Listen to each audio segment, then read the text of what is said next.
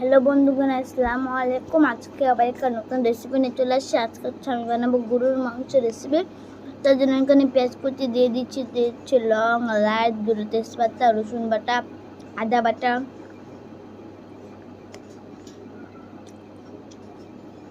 এবার এর মধ্যে দিয়ে দিলাম সরিষার তেল।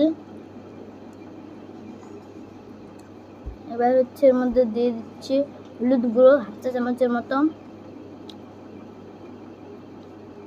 আবার এর মধ্যে দিয়ে দিচ্ছি পরিমাণ মতো লবণ। ভালো করে মেখে নিব। যে মাখা হয়ে গেছে, এবার এর মধ্যে জল দিয়ে দিচ্ছি। যারা আমাদের চ্যানেলে নতুন এসেছেন তারা প্লিজ আমাদের চ্যানেলটাকে সাবস্ক্রাইব করবেন। ফেসবুক থেকে দেখে থাকলে পেজটিকে ফলো করে রাখবেন। যে উনুনে আমি দিয়ে দিয়েছি, দেখছিলাম যে হচ্ছে নাকি। এবার দিয়ে দিচ্ছে একটু শুকনো লঙ্কার গুঁড়ো, দিয়ে আবার একটু দেখছিলাম যে হয়েছে কিনা। ভালো করে নাড়াচাড়া করে নিচ্ছি।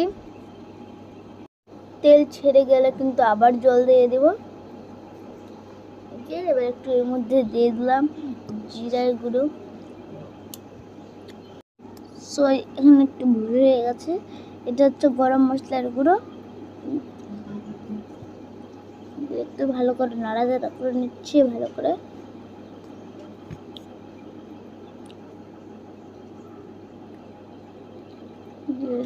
দেখুন, ভালো করে নাড়াচাড়া করে নিলাম।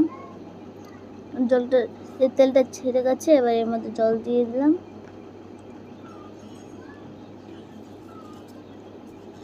আপনাদের কাদের কাদের গরুর মাংস পছন্দ তারা প্লিজ কমেন্টে বলবেন।